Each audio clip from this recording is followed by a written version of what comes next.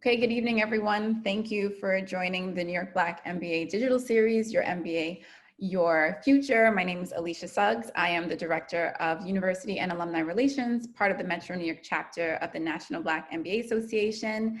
I'm so excited for our special guest today, Chavonne Hodges of the infamous Grillz and Granola. Oh, hold on. Okay, gotta start. Now, okay. Good evening, everyone. Welcome to the New York Black MBA Digital Webinar Series for the Your MBA, Your Future. My name is Alicia Suggs, and I am the Director of Hold on, he's telling me to wait again.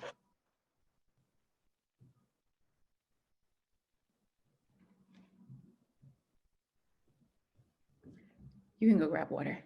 Go ahead, we have some time.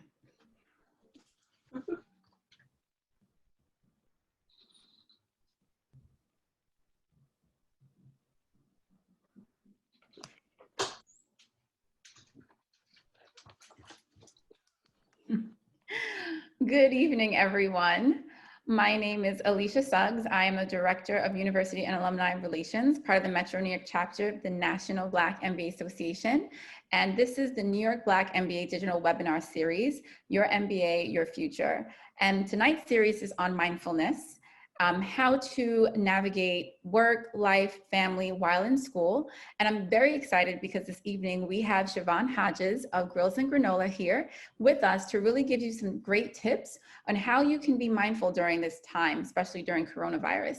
But before we get into our webinar, I just want to tell you a little bit about Chavonne. So Chavonne Hodges is a New York City-based fitness entrepreneur and community organizer with a passion for social impact, education, wellness, and creativity. In 2016, she launched Grillz and Granola, a fitness company that curates and creates wellness and fitness experiences for and powered by women of color, starting with their signature trap aerobics class. Since launching, she has captured the attention of companies like Facebook, Tumblr, and Droga5, and garnering various features by publications like Forbes, New York Mag, Yahoo Lifestyle, and more. In 2017, she created and sold diverse stock images, which eventually landed her first modeling job for Target's C9 Champion, a new kind of strong campaign. Then in 2018, she launched Zen Day, the first and only half-day wellness conference for 150 plus New York City-based women of color to learn how to be collectively well. Chavonne, named by the Drum as 50 under 30 creative leaders of tomorrow, now works as a full-time wellness entrepreneur. Welcome, Chavonne. How are you this evening? I feel wonderful. How are you doing? I'm good. I can't complain. So just to let everybody know, if you do enter the chat, if you do have any questions, please feel free to enter it in the chat box. I will be reviewing the chat box periodically as we step through our conversation this evening. So Chavonne, tell me a little bit about Grillz and Granola and how did you come up with this unique name for your company? Yeah, so Grillz and Granola, we're a New York City-based fitness company, and we create wellness and fitness experiences for women of color. More recently, I like to say that to me, Grillz and Granola is aiming to be the most socially impactful fitness company on earth or on the internet. And we have this class called Trap Aerobics. It's trap, rap, and jumping jacks. And the purpose is really to get people to move and to really make that connection between physical health and mental health. Yeah. And on top of that, the social impact component is that every time someone works out with us, we are actually going to be providing free group therapy sessions on a recurring basis for communities of color and just for anyone who needs to attend. Wow, that's awesome. So mindfulness, what does that mean to you? What is the definition for you? Well, for me, I think mindfulness literally means like being present. But my personal definition is that like, I think that the mind and the body, they are two separate things and yet they are connected. They're connected through breath. And so if you are aware that breathing is what connects your mind and your body, because to me, your mind is like your spirit. That is what mindfulness is, being aware of the fact that you actually have control over that connection to your body. Yeah. It's interesting. I like that concept. How can students be mindful through a physical approach? So physical approach, okay, so if you want to think about mindfulness in terms of energy, we all know that energy can't be created and it can't be destroyed, but it can be transferred and it can be transformed. And so for me, fitness, the reason why I move my body so much is that I have an anxiety disorder, which I like to describe as like, I just carry too much energy sometimes, and sometimes I need to just shake it up and redistribute it from my mind to the rest of my body. So I always recommend people work out or move or go for long walks, something just to get that movement, that energy flowing away from your brain and throughout your body. So that's one physical thing they can do. Another one is meditate. Meditation, it helps you obviously get right back into that mindfulness space, but subconsciously it helps you learn where to channel your energy and how you can channel your energy into one thing at a time. And then the last one is sleep. Please, sleep is life's best friend. Prioritize it. Mm-hmm, mm-hmm. So just one question based off of what you just said. So since the whole COVID has hit, have you been consistent in terms of staying physical during this time? I'm gonna be honest with you, no, but Really? that's because I mentally had to reassociate how I guess where I exercise. Mm-hmm. For me, my safe place was the gym, right? So I only associate exercising at the gym. And now that it closed, I was like, oh, what am I gonna do? So I had to literally just reorient myself and re-scramble my brain to get back into the groove of things. Do you work out outside as well? Yes, Okay. yes. Okay. So if you suffer from anxiety, I know you mentioned that, we know COVID-19 has heightened that tremendously for a lot of people. How can one remain calm when they have a lot of responsibility at home and in school? Yeah, I think for me, the way that I remain calm is by knowing that I always have something to look forward to. And I prioritize like giving myself space to experience joy. And I do that like as soon as I wake up, before I do anything for somebody else, I do something for myself, whether that's meditation, whether that's me doing a brain dump and just journaling. I recommend that everyone every single day literally schedules time for themselves to do something that brings them joy, even if it's yo-yoing or like, I don't know, watching like 2000s R&B videos. Like if that's what your jam is, do it. But you have to prioritize doing something that brings you joy. Otherwise, this experience is going to be really miserable for you. Yeah, it sounds like you have a lot of great boundaries. Do you feel uncomfortable telling people no before you actually do something for them because you have to focus on yourself first? I used to, but I think my own personal growth and me growing into self-awareness and being aware of the fact that I have the power to satisfy my own emotional needs. I stopped feeling guilty about wanting to take care of myself. Mm-hmm. Yeah. Have you lost friends along the way by saying no? Because I know some people can feel like, oh my God, I can't believe she said no to me. Like, how do you navigate that? Because I know as students, you always want to be giving sometimes. And I just wonder, how do you navigate saying no? Because no is hard for some people to do. I think it depends on what the type of relationship is. So like, I mean, I've ended relationships that I refer to as trauma bonds where it's people who are always just needing stuff from me and it doesn't feel good and they're not reciprocating the energy I give them. I don't feel guilty saying no at all.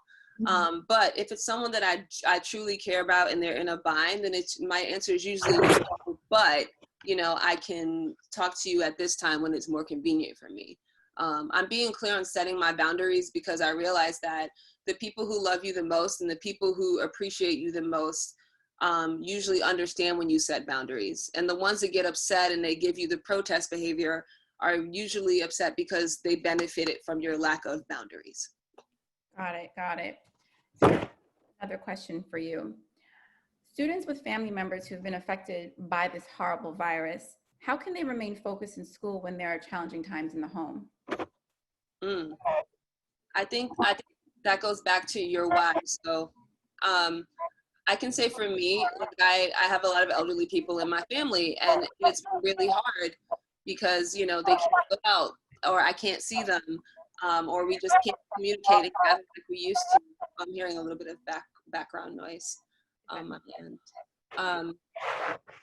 I think that one way is that I try to remember my why. Like I try to remember why I'm putting my energy into the things that I'm putting my energy into. And for me, it's always about playing that long-term game. Like if you're in school right now and your focus and your goal is to finish your program, you have to like visualize yourself with your MBA degree and knowing all the benefits that come with that, and just view everything else that's happening around you as noise. So with that, you know, I think that sometimes students, you know, have trouble keeping a positive mindset during this time. What activities do you recommend for students to do daily or weekly just to keep that positive mindset?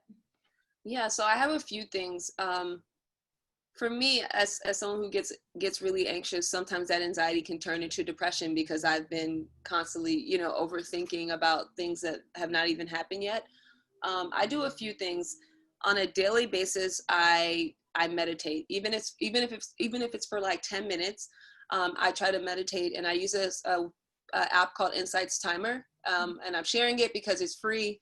And they have all of these different meditations that you can use for different purposes. So like if you're experiencing test anxiety, they have a meditation for that. If you feel overloaded or if you're mentally exhausted, they have a meditation for that. They even have like sports meditations. So I use that. I do that every morning before I do anything else. And on a weekly basis, usually on Sundays, I journal. And what I'll do is I'll get on Google and just be like, I need journal prompts for anxiety. And I'll pick like 3 questions to ask myself on a list that I find on the internet, and it kind of like relieves some of that energy. Also, riding bicycles are like, that's my new thing. And then my last one is like from Who Wants to Be a Millionaire, phone a friend. I just call somebody that I like to hear from and just ask them, you know, how's your day going? Like take me out of my mind. How did you get into journaling? Because for me, I mean, I've tried it before, and I feel like if I'm not writing to get a score or a grade on a project, I feel like it's just useless. How did you get into that, and how long have you been journaling now? It's funny. So like, I think that like when I was in elementary school and stuff, I would always like write poems. And then I got to college and I would write poems about like men who have hurt me. And so I started to realize it was cathartic, and then I just kept it going. Like I was like, I'm just gonna journal and get that energy out because it helps me slow my brain down. And I always tell people that like I think everyone should journal. Like there's a reason why everybody, well not everybody, but a lot of people want to be rappers, right? Everybody wants to be a rapper because it's cathartic to like get it out your brain and write about your life. Right, like right, it feels good. It makes you feel better. So I'm like, yeah, journaling is clutch. It's where it's at. True, very true. I think sometimes even when you, like I have an executive coach, and she told me about a friend of hers that would journal all throughout the year and then go on a retreat and just read back everything that he wrote for an entire year and see how far he's come. It's really interesting when you look back to see who you used to be and who you are today. And you're just like, I wish I could have told that person, no, don't go that way. Like, cause you know, hindsight is 2020. So have you ever experienced anything where you've reread journal entries and you're like, wow, I've come so far, or, you know, I still have a little bit more ways to go? Yeah, I mean, that's me. I literally have my journal from elementary school when I was like upset that some girl stole my fruit roll up out of my desk. And I'm like, wow, I've come so far. Yeah. That's so interesting that you kept all of that memorabilia. That's awesome. Yeah. Cool. So nutrition. Do you believe that nutrition can help combat stress and anxiety during these times for students? Absolutely. Again, like if we're just gonna refer to this all as just energy, right? At least for me, I feel that the food that you eat, you know, that's energy, and like there's good fuel and there's bad fuel. And you feel it. Like when you eat well, I've never had a burger in my life, but like when you eat French fries from McDonald's, or something heavy, cheesy, right? It tends to make you really tired. True. That is but true. like, I don't know, if you drink like a strawberry banana smoothie, it usually gives you a lot more energy. And so I just feel that obviously because food has nutrients, and nutrients are needed on a cellular level to help you function, it would naturally affect your mood. An example would be like for me with my anxiety disorder. I think when I first started my journey and I didn't know how to manage it, I did not want to take medication. And so I spoke to my therapist, and she told me that I need to like get my nutrients up because I don't eat meat. So I started taking iron, and then I started taking this magnesium powder called Calm, and I just put it in my water every day.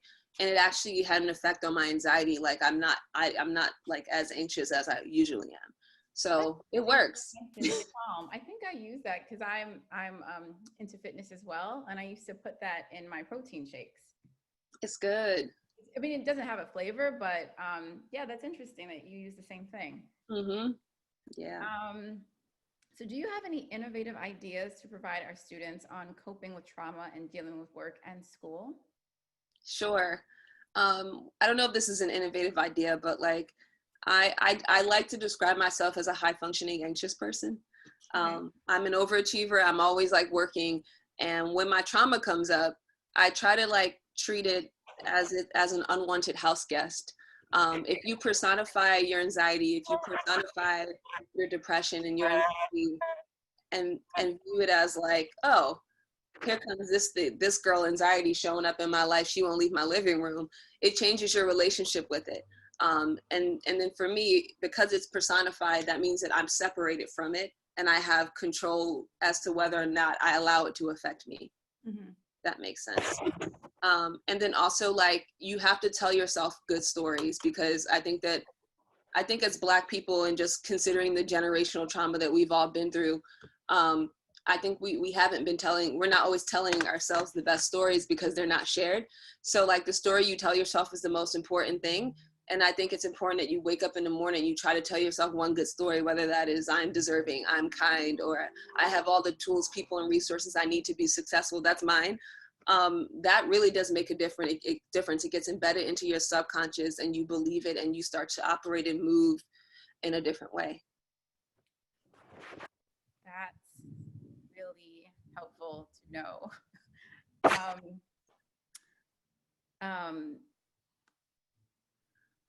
So another question for you on the innovative piece. So when you were developing Grillz and Granola, you know, how did you know, did you like develop like a business plan? Did you know that this is what you kind of wanted to do? Like, obviously, I feel like everything kind of organically fell into your lap just based off of what just based off of what you organically liked and enjoyed doing. Do you feel like, you know, you developed a business plan or you knew what you wanted like right away, or did everything just kind of just fall into your lap that way? So to be completely honest, I started my company when I was like going through heartbreak, and I was really depressed. And because I'm like this high functioning anxious person, I'd rather put my energy into something else than to deal with my feelings. So that's kind of where it started. And Drake and Future's mixtape had dropped, and it was just making me feel better. It was What a Time to Be Alive. It was the year 2015, and I just felt so much better listening to this mixtape. I was in the gym like 5 times a week because it made me feel good. And then I was partying on the weekends because I was just trying to like get chose again and like just, you know, like basically forget. And so one day I just had like an aha moment when I got tired of taking Zumba. I was listening to the mixtape and I was just like, I should just like become a fitness instructor and do my own thing. And so I just wrote it down in a Word document. And then I have a background in learning and development and global program management. So then I wrote a project plan. And for like 9 months, I spent time building out my website, building out my SEO, becoming a certified instructor and finding the right partners to like just build out a class in my grandmother's backyard. And then I launched it with my friends and it was great. Yeah. Were you nervous to launch something so new and innovative, or did you have the support that you needed in order to move that forward? I didn't have any support, to be honest with you. Like when I mean, for the most part, most people were supportive in the sense of like, yeah, go for it. But there wasn't really many people showing up to class when it first started, outside of like my really good friends. Mm-hmm. And I definitely was nervous to launch it just because I think when people hear trap music, they instantly think it's like turn up and you twerking and all that stuff. And it doesn't actually match my personality. So definitely was nervous about it, but I just kept doing it. I kept going despite what other people may have felt, because I tell myself different stories. That's it. Like I always tell myself that I'm going to do it and it's going to be great. So how did you keep a positive mindset while you were developing this company when in the beginning you didn't have that many participants in your classes? How did you say to yourself, I know that this is going to be successful? What made you think that way? You know what? I didn't know that it was going to be successful. What I did do though to make myself feel better was that's when the journaling came in. Like, sure, I do dream big, because that's how I've been like programmed to have big ideas.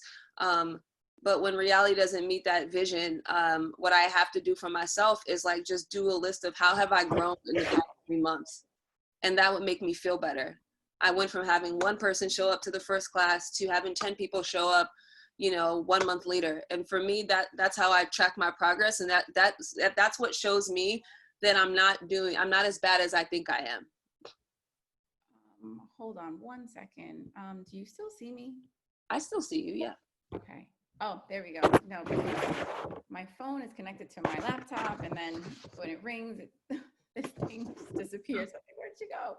Okay, yeah. So getting back to what you're saying. Yeah, I mean, I feel like, on top of mindfulness, when you are developing your own company, just trying to keep that positive mindset could be a struggle, because some people typically just give up. And I like the fact that you didn't give up. You kept going, and you had that great, you said you didn't have support in the beginning, but people started to really gravitate towards it, because I was checking it out on social media, and I'm like, wow, you have a huge following. And I thought that was awesome. And it's been 5 years, right? Yeah, it's been, like 4. 4 years? 4 years, yeah. What are your goals in terms of your organization? Where do you see it going in the next couple of years? Or where do you want it to go? For me, I want to be the first Black woman to own a globally recognized, fully franchisable fitness brand. I feel that trap aerobics can be as big as Zumba. So my plans are to make a trap aerobics instructor certification course. I also feel that everyone should have access to therapy. So that's written into our new business model.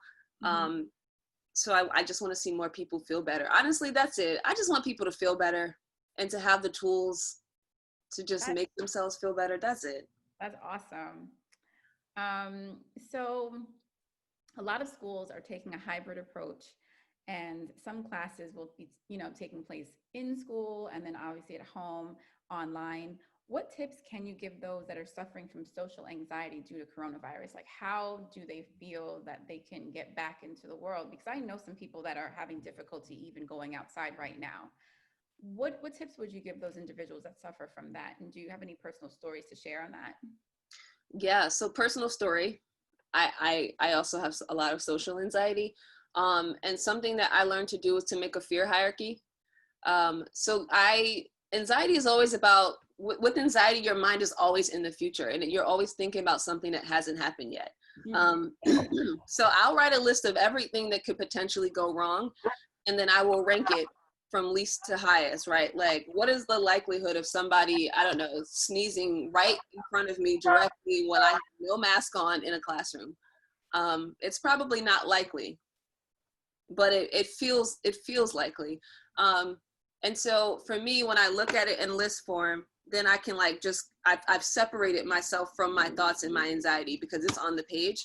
And then that way, when I do enter into the world, I can kind of talk myself down. Really good tips, because I know sometimes I can become very anxious, and I'm always thinking about the next plan. Like, if I have a job, the first day, I'm not even well into understanding what I'm supposed to do. I'm thinking about where I'm going after this job. Yeah. So trying to kind of bring it down and just be present is a challenge. What tips do you give someone to kind of be more present in what's happening right now? So something I do is when I'm super overwhelmed and I feel like I'm overloaded, I'll literally just take a minute to just breathe in and out. So it's called disassociation, when you're like, you're so deep in your head that like you don't even feel like you're in your body because everything is just stored here. And so I have two techniques. One is just breathing. I literally will count to 5, inhale, hold it for 5, exhale for 5. And that kind of slows me down a little bit, slows my nervous system down.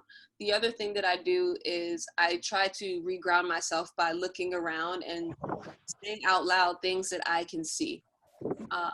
And I've done this many times, like in the middle of a work day where I'm like overwhelmed, and I'll just take a walk and just go, okay, this person is wearing a blue vest. She has on red sneakers. And for some reason, it just helps. It brings me back. It grounds me. And then the last one is always phone a friend, and I'll just call my friends. And luckily I've prepped them. They know that I have the anxiety issues. And I'll ask them to just tell me about their day so that I'm out of my head and I can shift. Yeah. Really helpful tips. I've never thought about it that way, but I think that's really, really helpful, to be honest with you. I'm going to start using those tactics and techniques. It's really just about shifting. It's not even like the anxiety never goes away, but it's because the energy doesn't go away. You just have to shift it and transform it. That's it. Great. What about working and studying from home? How do you create those boundaries when it comes to turning off and feeling comfortable that you've done enough for your day? So for me, as an entrepreneur who has a gazillion and 5 things to do, there's 2 things. One, I try to set spatial boundaries. So I never work out in my bedroom, ever. I never eat in my bedroom. My bedroom is only for sleeping and resting, right? And I have to do that because if I don't, that's when my wires start getting crossed and I start to like get a little jumbled. So that's like one. And then the other thing is that every day I have a list of 3 things I want to accomplish, and narrowing it down to 3 things makes it less heavy. And usually I accomplish those 3 things, but if I don't, I just give myself grace and say, but you know what? I accomplished 3 things yesterday. So that's more than enough. And nobody is going to die if I don't get it done. True. Very true. I think when it comes to, because if some schools are taking a hybrid approach, I just wonder, how overwhelmed a student can be in terms of, they're working part-time and I guess, or full-time, depending on what their situation is, but then having to go back to, doing school. So it's like, you might be on the computer all day long. And it's like, how do you know when to turn that off, Yeah. You gave some great tips on that. But take breaks. You have to take breaks. That's true. I think that's when like those little moments of like joy you have to fill in, or at least for me, like I know if I've been on too many phone calls, I always have like maybe a 15-minute break. It's like I'll watch something that makes me happy. Like I'll watch, I don't know, like Sister or Moesha right now. And it kind of just like, it's a nice reset for me, or go take a walk for 15 minutes and then I'll dive back in. Yeah. That's really helpful. Another question, due to lockdown, there have been a lot of Zoom calls. Like you said, phone a friend, but some people are Zooming, they're doing FaceTime, and there's an increase in social media use. Do you think it's important to limit screen time during this time?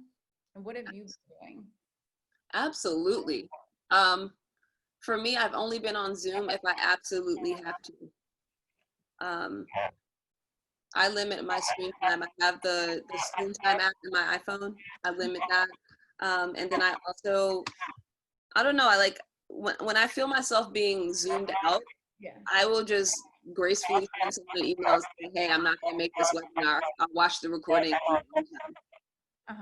Yeah, I don't know. I've learned to have compassion with myself, because like if someone is expecting for you to be superhuman during these times, then I think that I would question if I even want that energy around me. That's true. That is true. So those are most of the questions that I have. So I have a few off the cuff questions for you. Let's go. Trap aerobics. Now I know that you told us about your love for trap, and is it the lyrics that get you into the mood? Because, I listen to it a lot, and, sometimes it has that real slow vibe. What is it about trap that really gets you in the groove to really, work out and mellow out? I think it's two things. One is like mindless music to me. Like I don't have to think too hard. Like when I listen to Gucci, it's like, I don't know. I'm not, he's saying lemon pepper wings. I'm like, I'm not thinking too hard about that. Like it's just something to bop to. So that's one. But two, beyond the actual like way the music sounds, when I do listen to what they're saying, the underlying message resonates with me. Like for me, I view trap music as music that channels the spirit of the underdog, because when you think about it, it's made by people who are from marginalized neighborhoods. And these are people who are affirming things that they don't even have yet, right? Whether it's a gold chain or like, I don't know, a stack of money that you could put to your ear. I feel like for me, it's affirmational. And I think that's the part that I like the most, because it's like, when I was going through this heartbreak, I don't know, it was like the music was getting me through it. Yeah. It's just getting me through it. Yeah. And tell me a little bit more about Zen Day. So I was reading about it. It looks like an awesome event. I wish I attended when coronavirus, obviously, before it hit. Tell me about it. And are you guys doing like any virtual Zen days? Like, what is your plan for that? Yeah, so Zen Day actually was inspired by when I worked in the ad industry. Me and all my friends, we were burnt out. So we would basically plan these things called Zen Days. And Zen Day was just a day for you to be present and turn your phone off. So we would do things like go to a botanical garden, or like go to the movies and not have our phones on, or just be outside so that we could all reset and enjoy each other's company. And so that's what inspired the idea for Zen Day as a wellness conference. From a socioeconomic perspective and from a business perspective, though, it was inspired by the fact that the wellness industry at the time, it was a $4.2 trillion industry, and like a lot of the money that was circulating, and it was like 1.6%, the business growth of the industry, a lot of that money wasn't going toward Black or women-owned businesses. And so what we wanted to do was basically create a day for women of color to learn how to be collectively well, using resources and businesses from their community. And what I loved was that we were able to get sponsors like Under Armour and Athleta to come in and like give people like free sleepwear, free products, and fiscal sponsorships, so that we could bring in all these like smaller nonprofits and community organizations and shelters and give them free tickets to the event. But on top of that, we hired nothing but Black or women of color owned businesses, wellness businesses, and let them get exposure to the community. We used women of color practitioners so that people could explore things like acupuncture and Reiki, and, you know, massage therapy as a way for you to attain mental wellness. And on top of that, social impact, because that's important to me. We always hosted it at Weeksville Heritage Center, which was the first free Black society in New York post-slavery. And so that event actually raised funds to keep the community center going. So it was like triple thing. It was all about the community, though. Our plans to be determined. I think that I'm zoomed out, and I think that if I want to bring large groups of people together during this time, like, I'd rather wait, because there's something about in person that to me is just like way more powerful when it comes to stuff like that. That's true. I think a lot of people are zoomed out and doing everything via web. But what, in terms of our students and the virus and trying to keep a positive mindset and all of that, what type of tips would you give them when it comes to, you know, I guess being more creative in their entrepreneurial type of mindset, if they do have one? Like, what type of tips would you give them during this time if they're trying to launch a business and then this whole virus hits and still trying to get their business up and running? How would you tell them, listen, just keep going? Or should they take a break and stop? Like, what's the best thing to do during this time, given that you're an entrepreneur yourself? I think that, like, one thing I've learned about being an entrepreneur is, like, you have to master when to think fast and when to think slow. And so for me, at least, when I pivoted my business to online, I had to think fast. If their industry is strictly something that can only be done in person, then you got to think slow and like re-strategize, and that's okay. Because I think that if you're going to do something, you want to do it right, and you want to do it in a way that's impactful. You don't want to exert a bunch of energy and, I don't know, launch a movie theater in the middle of a pandemic when nobody can go to the movies. True. However, you could pivot it and say, people can't go to movies, but they can watch movies in their cars. So like maybe you're going to open a drive-in theater and take advantage of all of this real estate that has been unused. I think that there's opportunities everywhere, but like, I think the reason why some entrepreneurs thrive and others don't is because they are able to adapt and adjust. It's like being in a relationship. You have to adjust.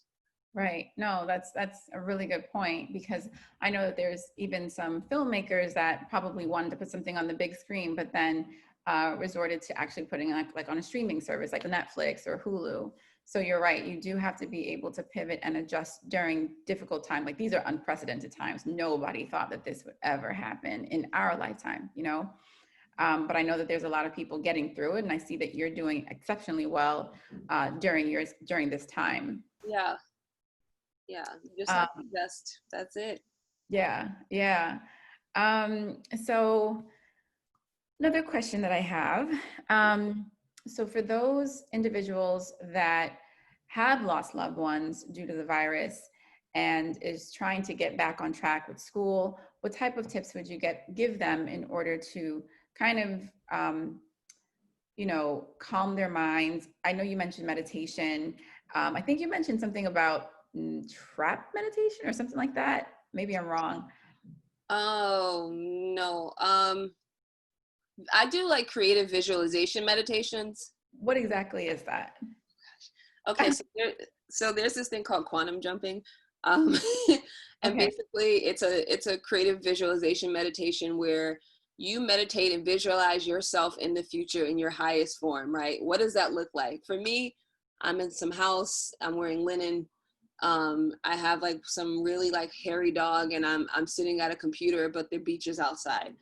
And what you want to do is when you're quantum jumping is now you've seen the highest version of you, but you know what the present version of you looks like. So you visualize present you going up to the higher future version of you, and asking a question to that person, that you, the future you. That's quantum jumping. And it's really cool because it's like, it makes you get clear on who you want to be in the future, and like you can start to make decisions to bring reality to that. How did you get into that? Because I've never heard of it. Did somebody introduce that to you?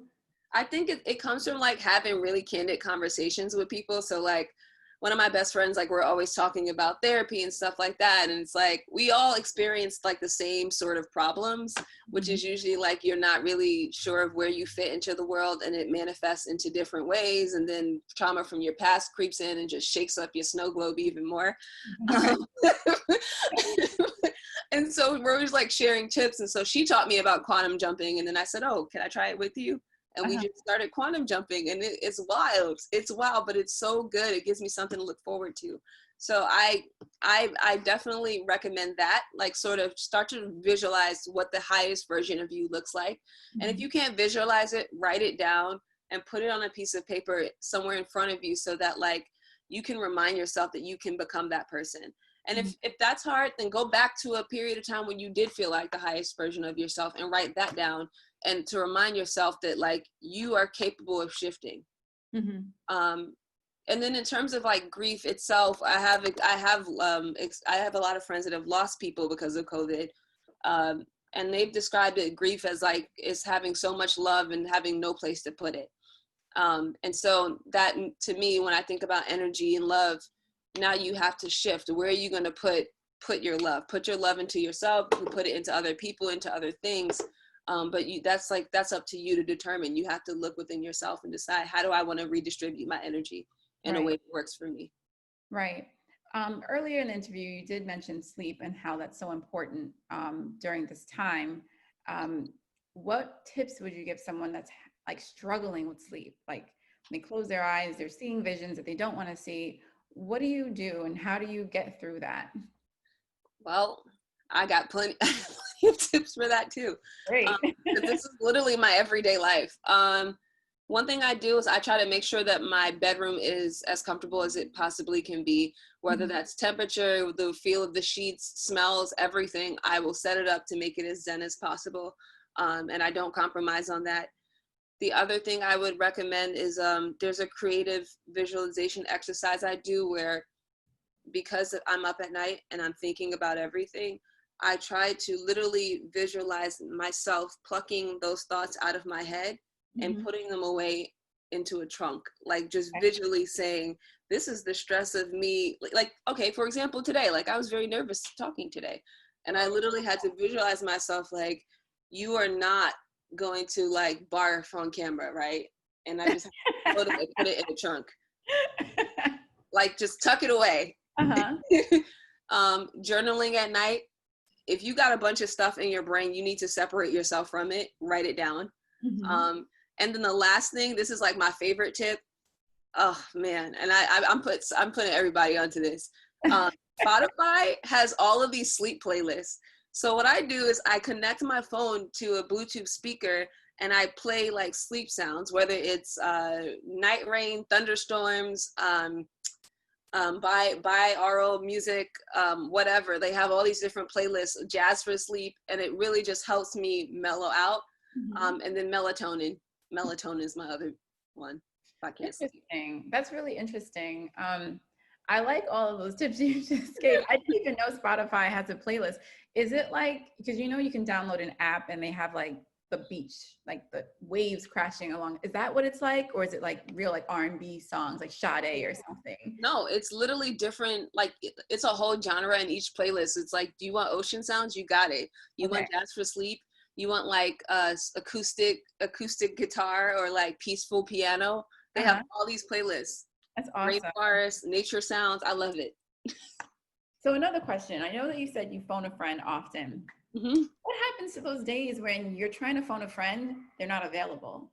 What do you do with all of that energy that you really need to vent out to someone? Is it at that time that you choose to journal? Or like, what do you do with all that extra energy that you're trying to exert out?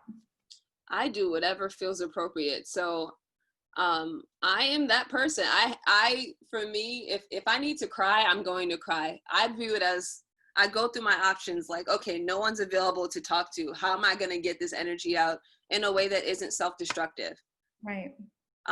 If screaming into a pillow is what needs to be done, I'm going to do it. Because for me, I care more about how I want to feel 5 minutes from now versus the discomfort that I'm experiencing right now. For me, it's just about getting to that opposite emotion and going through my shift. So I mean, I've screamed into pillows. I have ripped, popped those like bubble tape. Yeah. Journaling. I'll meditate if I need to. I'll cry. Whatever you have to do, like it's your moment and you have control. Right. Always in control. That makes a lot of sense. So I know we have about 15 more minutes. Don't have any questions, but I know that we're streaming live, so there are others that are watching. So stress. Sometimes when you're stressed, some people do physical things, like they'll pull their hair or they'll tweeze their eyebrows out. What tips can you give someone who has like those physical type of, what's the word I'm looking for? Physical manifestations, if you want to say. Something like that, that when they deal with stress, they harm themselves in that way. What type of tips would you give someone that's dealing with something like that?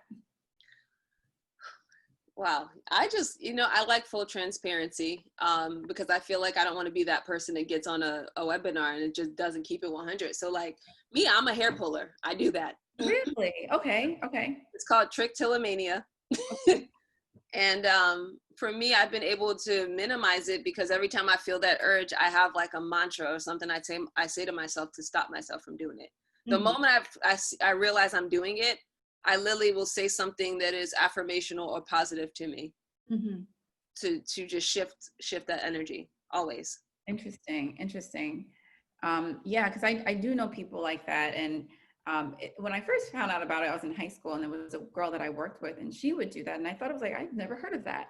But yeah, like, especially during this time, I know that there's a lot of students that probably don't know where to exert that energy, that stress, that anxiety, the trauma that they're experiencing. So, just giving that tip, I think, is really helpful. Just, I guess, switching your mindset at that moment. I know it might be challenging for some, but yeah, I would assume it's really hard.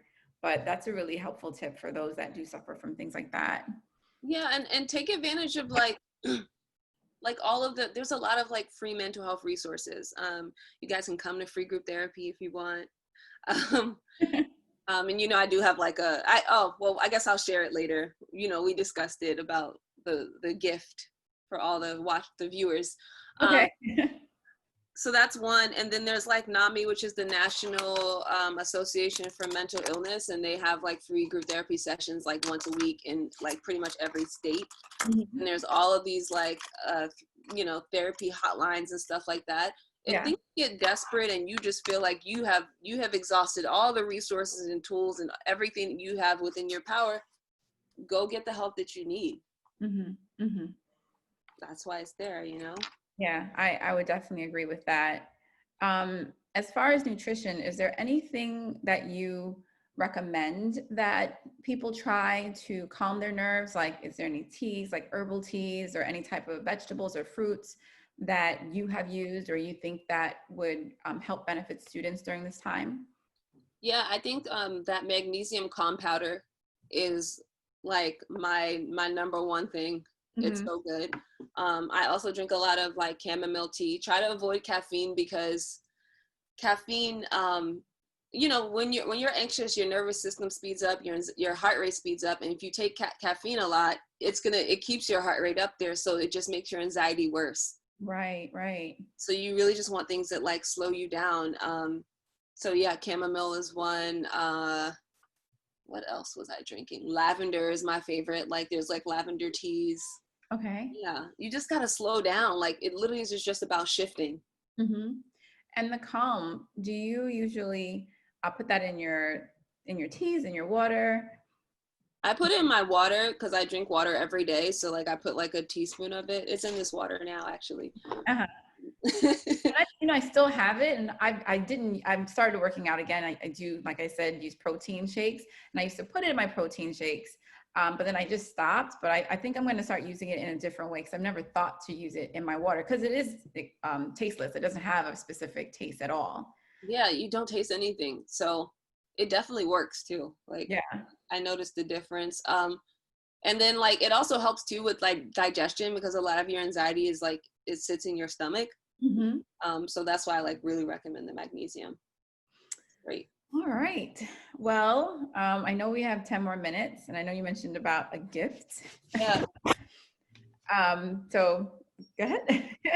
Yeah, so my gift for everyone, because I think that everyone deserves to feel better and to be well, I would like to give everyone a free class at Grillz and Granola.